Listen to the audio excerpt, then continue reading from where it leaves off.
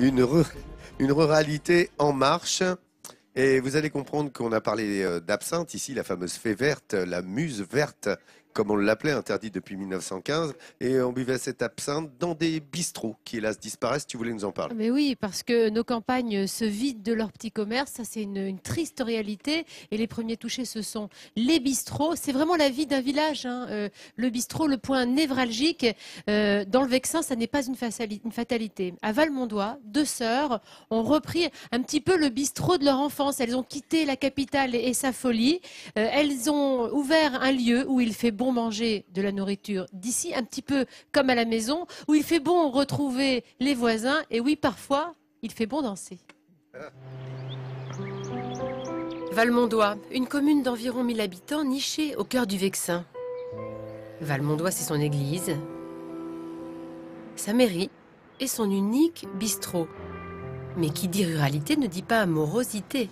Depuis 2 ans, Nadège et Emmeline sont les gérantes du café du village. Bonjour, vous avez réservé?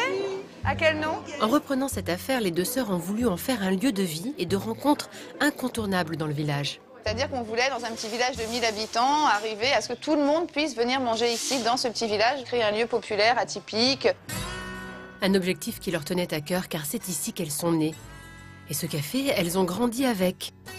Depuis 2 ans, Nadège et Emmeline ont décidé de changer de vie et de se lancer dans cette aventure aussi risquée que prenante. Calmez-vous, là. Alors le matin, tandis que quelques habitués viennent prendre leur café, les filles sont en cuisine pour préparer le service du midi. Pour elles, travailler en famille est une véritable force. Déjà quand on était petite, quand on était ado, voilà. On a toujours fait des tonnes de choses ensemble, donc on se connaît par cœur et puis on s'entend bien, quoi, tout simplement. Donc on a la même philosophie de vie, voilà, on est proches. On n'est pas en rivalité du tout, quoi. C'est vraiment, en fait, on a créé un lieu comme nous, on aimerait trouver quand on sort. La cuisine, c'est le territoire de Nadège. Emmeline lui donne un coup de main, mais son terrain, à elle, c'est la salle. Une répartition des rôles qui s'est faite naturellement. Filet de lieu, rougail de saucisse, filet mignon, andouillette et pièces de bœuf, c'est ça? Ainsi, les deux sœurs sont en parfaite complémentarité. Ça va, Jess? Jessica est une amie et artiste. Elle expose quelques-unes de ses œuvres dans le Café des filles. Car loin des bistrots aseptisés et standardisés, la volonté des sœurs est de créer un lieu personnalisé et convivial. On avait envie que ce lieu aussi vive à travers l'art. Ça nous fait plaisir puisqu'on aime leur boulot, donc c'était une forme de troc en fait et d'échange culturel et un peu intellectuel. Ça c'est Jocelyne, une amie aussi artiste que je connais depuis... Bonjour Jocelyne. Ça fait une dizaine d'années qu'on se connaît. Le Vexin est un vivier d'artistes qui ne demande qu'à trouver des lieux d'exposition. Un troc culturel entre toutes ces femmes qui contribuent à l'ambiance chaleureuse du lieu. Ça a changé toute la vie du village. Non, c'est pas vrai, hein? Voilà, je me promène dans Valmondois, tout le monde se dit bonjour, ça change tout. Ça va, Ninja? Oui. Ninja, c'est le surnom de Janine. Tu veux boire quelque chose? Une enfant du pays qui vient tous les jours au Café des filles. Pour Emmeline, c'est un peu devenu la mascotte de la maison. Une cliente pas comme les autres. C'est grâce à Janine qu'on a su que le bar était à vendre il y a 2 ans et demi. C'est elle qui nous l'a dit, donc c'est un peu grâce à elle qu'on est là aujourd'hui. Merci Janine.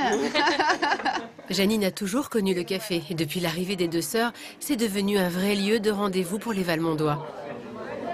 C'est un point de rencontre, puis tout le monde se connaît pratiquement, ou puis même si on ne se connaît pas, on arrive à, s'ils reviennent, à faire connaissance. Est-ce que tu veux t'installer là? Alors que les clients commencent à arriver pour déjeuner, en cuisine, c'est l'heure du rush pour Nadège. Au menu, une cuisine simple, sans prétention et familiale. Ça, c'est des petits coquelets qui sont cuits au four avec des épices, voilà, de la poudre d'amande, du miel, des oignons. Ça vient de sortir du four. Là, il y a des crumbles aux pommes. Là, il y a un petit moelleux au chocolat. Puis là, c'est mes petites crêpes maison avec un petit caramel au beurre salé. Voilà. Toi aussi, tu veux du poisson? Non. Nadège et Emmeline ont donc trouvé la recette gagnante pour faire fonctionner leur commerce en milieu rural. Qu'est-ce que vous voulez en dessert? Petite crêpe? Un petit moelleux? Un bistrot de proximité, un bistrot de mixité et de lien social où chacun trouve sa place. Qu'est-ce qui nous plaît dans ce bistrot? L'ambiance en général. Le côté convivial, familial, un peu comme à la maison. un peu comme à la maison. C'est toujours ouvert, les gens sont toujours souriants, disponibles. Puis il y a une belle ambiance. Il y a l'ambiance du bistrot dans le bon sens du terme. Ce midi, les filles ont fait plus de 60 couverts. Une belle réussite qu'elles doivent à leur motivation, leur persévérance et le travail accompli. Et pour permettre à chacun de s'y retrouver dans ce bistrot, quand la nuit tombe, c'est une autre ambiance qui s'empare du lieu.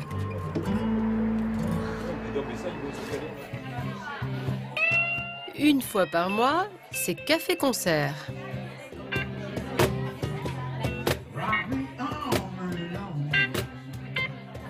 Tous les mois, maintenant, on fait un concert comme ça. Et puis, on s'est rendu compte que ça fonctionnait bien, qu'il y avait une vraie demande là-dessus. Donc, ça plaît aux gens parce qu'ils n'ont pas besoin d'aller à Paris. C'est pas les mêmes prix, c'est moins cher. Et là, vraiment, je vous dis, je te dis, les gens dansent et s'éclatent, quoi. Donc, ouais, ça a vraiment contribué aussi à notre petite réussite, on va dire. Le café de Nadège et Emeline, véritable lieu populaire, a insufflé un nouvel élan dans ce village. Preuve que le Vexin est une terre d'entreprises innovantes et atypiques. C'est quand même un lieu incroyable, un lieu de vie, un lieu d'échange.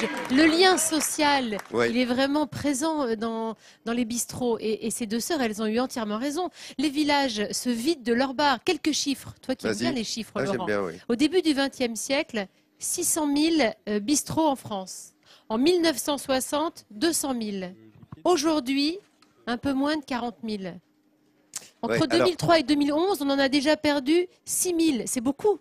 C'est beaucoup. Alors la France a bougé beaucoup vers les grandes villes, certes. Oui, c'est vrai. Une concentration, mais même dans les grandes villes, on a perdu les bistrots. Du coup, c'est vrai que sur la consommation d'alcool, on sait avec modération. Mais comme tu dis, c'est un tissu social important, un lien qui permet à tout à chacun de se retrouver et d'échanger. Au-delà du tissu social, moi je crois que ça fait partie de l'aménagement du territoire et qu'il faudra un jour qu'on se préoccupe de ce genre de choses de manière beaucoup plus importante pour justement faire que le tissu urbain ne soit pas privilégié par rapport uniquement au tissu rural. Il y a des émissions formidables en ce moment qui sont faites là-dessus et des livres remarquables. Et on a créé un label pour les bistrots. J'aime bien quand il s'énerve comme ça et qu'il est enthousiaste. Mais c'est vrai que tu as raison, on a créé un label pour les bistrots pour sauver la vie des villages. Et là, on le voit bien dans ce reportage. Et là, il se passe tout. Donc moi, je dis bravo à ces deux sœurs et j'encourage toutes celles et ceux qui ont des tentations comme ça d'aller reprendre des petits bistrots et d'en faire des lieux de vie, de le faire. Merci Nathalie. Et c'est vrai que c'est important. La façon dont c'est fait maintenant, c'est très évolutif. Les jeunes s'y retrouvent. Il y a ce qu'on appelle l'afterwork, c'est-à-dire en fait avant ce qu'on appelait dans le temps l'apéro.